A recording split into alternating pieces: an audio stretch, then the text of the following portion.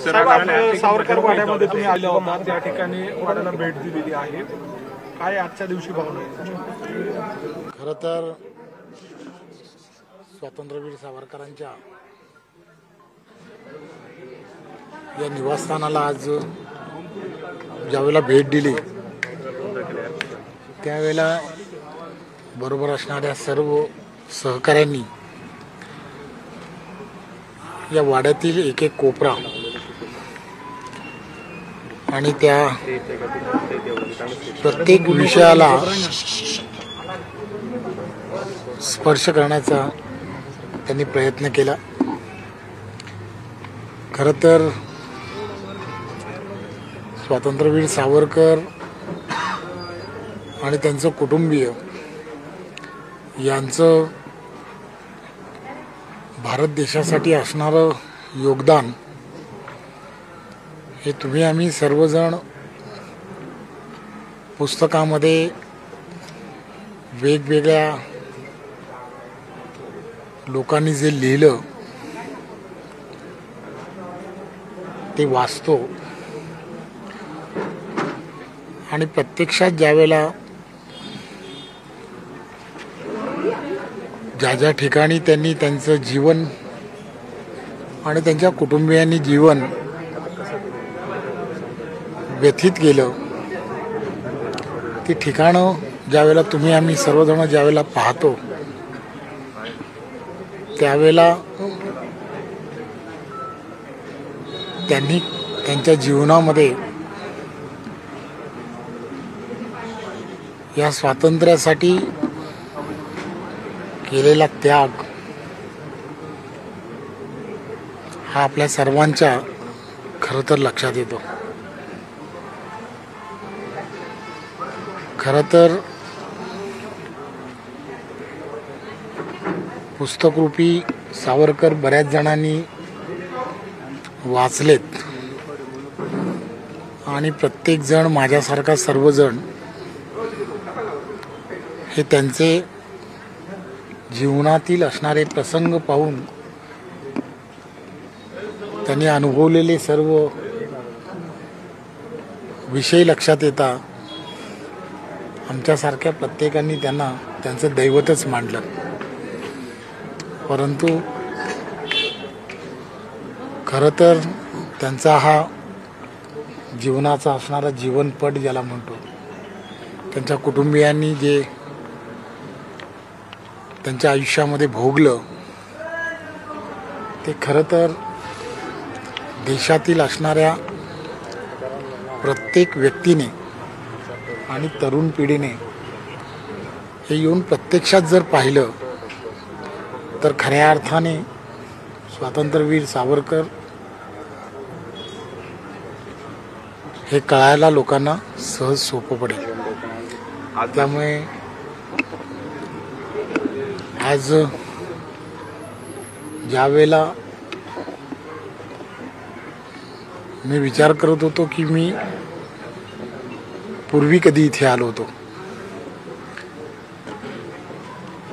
मला आठवतं की त्या अत्रे सरांनी एकदा कॉलेज जीवनामध्ये असताना नाशिकला त्र्यंबकेश्वरला पिकनिक होती. त्यावेळेला आम्ही वाडा हा बाहेरून पाहिला होता. त्यामुळे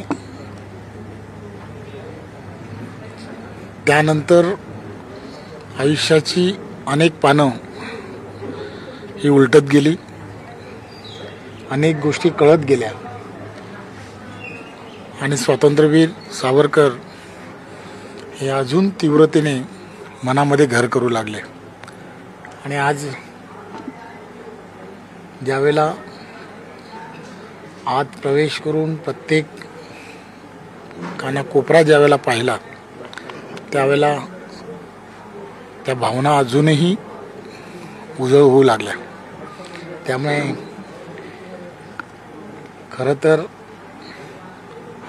माझ्यासारखा प्रत्येक भारतीय तो त्यांच्यासाठी काय करू शकतो असं जेव्हा कोणीतरी मला विचारेल तेव्हा मी एवढाच विचार करेन की स्वातंत्र्यवीर सावरकर हे माझ्या आयुष्यात मी असं ठरवेन की मी निदान 100 जणांना स्वातंत्र्यवीर सावरकर समजून सांगावेत आणि माझ्यासारख्या अनेकांनी ते समजून सांगण्याचा प्रयत्न करावा. यातच स्वातंत्र्यवीर सावरकरांना खऱ्या अर्थाने त्यांनी केलेले जे कार्य आहे त्या कार्याला खऱ्या अर्थाने आम्ही सर्व जे आज स्वातंत्र्यात आपल्या कुटुंबांबरोबर चांगलं जीवन व्यतीत करतो त्यांना खऱ्या अर्थाने त्यांची आठवण आम्ही सर्वांनी केली असं मला वाटतं.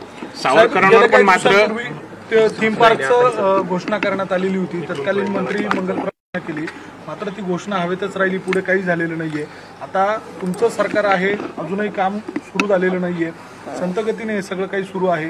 सावरकर प्रेमींकडून नाराजी व्यक्त केली गेली होती. खरं तर मी इथून गेल्यानंतर देवेंद्रजींशी या संदर्भात नक्की बोलेन आणि खरं तर जे काही सरकार म्हणून जे आवश्यक आहे ते तात्काळ कसं सुरू होईल यासाठी नक्की प्रयत्न करेन. सावरकरांवर अनेक वेळा टीका देखील केली, राहुल गांधी असतील हे टीका करतायत, तर दुसरीकडे अजूनही त्यांना सावरकरांना हे काय भारतीय द्या ही मागणी जी आहे ती देखील केली जाते. कसं बघता याकडे? खरं तर आपण ज्यांची नावं घेत आहे हे सर्वजण जे आहेत या सर्वांची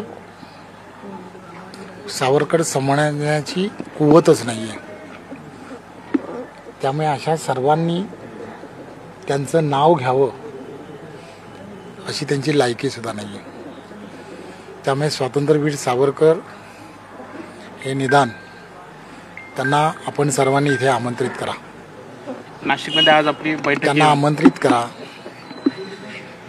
आमच्यासारखे काही मंडळी जी आहेत ती सर्व मंडळी त्यांना सावरकर समजवतील आणि मला खात्री आहे पण भारतरत्नची स्वातंत्र्यवीर सावरकर ज्यांना समजले तो पुन्हा कधी अशा पद्धतीची वक्तव्य करणार नाही. पॉलिटिकली एखाद्या व्यक्तीवरती वक्तव्य करणं हे सोपं आहे, परंतु अशा थोर व्यक्तींवरती वक्तव्य करणं हा तर खरं तर राष्ट्रद्रोहच आहे. आणि ह्या सगळ्या गोष्टी मला असं वाटतं की एखादी गोष्ट जी असते की तुम्हा माझ्यासारखे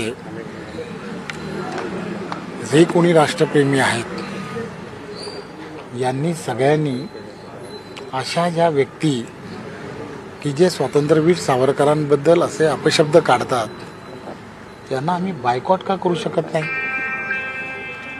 आणि यांना बायकॉट करणं हे फार महत्त्वाचं आहे. खरं तर शब्द हे शस्त्र म्हणून आपण त्याला म्हणतो. त्यामुळे या सगळ्या गोष्टी समजण्या एवढे यांची पात्रताही नाही असं मला वाटतं. त्यामुळे प्रश्न अनेक आहेत, प्रश्नांना अनेक पद्धतीने पुढे नेता येतं. बऱ्याच वर्षापासून काही गोष्टी ज्या आहेत त्या प्रलंबित आहेत. बरेच जण असं म्हणत राहतात, पण स्वातंत्र्यवीर ही जी पदवी आहे जी फक्त एकमेव व्यक्तीला मिळाली आणि त्यांचं नाव आहे स्वातंत्र्यवीर विनायक दामोदर सावरकर. त्यामुळे कोणी का दिलं नाही हे मला माहीत नाही, परंतु स्वातंत्र्यवीर सावरकर हे या सगळ्यांपेक्षा वेगळे आहेत. हे निदान स्वातंत्र्यवीर हे ज्या नावाने त्यांना संबोधलं जात आहे हे माझ्यासारख्या प्रत्येकाला फार त्याचा अभिमान आहे. आणि तुम्ही मी सर्वांनी सुद्धा स्वातंत्र्यवीर यानंतर कोणी होणार नाही आहे हे आपण सर्वांनी लक्षात घेतलं पाहिजे. त्यामुळे त्यांच्यानंतर आणि त्यांच्या अगोदर कोणी झाला नाही आणि होणे नाही. त्यामुळे त्या पदवीबरोबर त्यांना अजून मोठं कसं करता येऊ शकतं यासाठी आम्ही सर्वांनी प्रयत्न करतच आहोत, परंतु अधिक करणं हे गरजेचं आहे असं मला वाटतं. साहेब 2022 साली रेल्वे राज्यमंत्री तत्कालीन रावसाहेब दानवे आले होते. त्यांच्यासोबत अनेक अधिकारी या ठिकाणी भेटीसाठी आलेले होते आणि त्यावेळेला रुक्मिणी मीना नावाचे जे रेल्वे अधिकारी होते त्यांनी जवळपास 11,000ची पुस्तकं या ठिकाणी खरेदी केली. पुस्तक घेऊन गेले मात्र पैसेच दिले नाही. या सगळ्या इथल्या कर्मचाऱ्यांकडनं अनेकदा पाठपुरावा करण्यात आला. इथल्या खासदारांनाही तत्कालीन खासदारांना सांगण्यात आलं, अधिकाऱ्यांना सांगण्यात आलं, मात्र त्याला प्रतिसाद मिळाला नाही. आपण या सगळ्या संदर्भात पाठपुरावा कराल का? खरं तर आपण आता मला जेव्हा सांगताय तेव्हा मला लक्षात आलं, खरं तर त्या कर्मचाऱ्यांचे ते पैसे जे आहेत ते जर अजूनपर्यंत दिले नसतील तर मी तात्काळ ते पैसे एक स्वातंत्र्यवीर सावरकरांचा भक्त म्हणून मी आजच देऊ करेन. परंतु ज्या अधिकाऱ्यांनी ही चूक केलं आहे मी वैष्णवजींना पत्र लिहीन आणि त्या अधिकाऱ्यांनी हे नजरचुकीने केलं का हेतू पुरस्कार केलं असा मेमो जो आहे तो मेमो त्यांना देण्यासाठी मी त्यांना भाग पाडेन.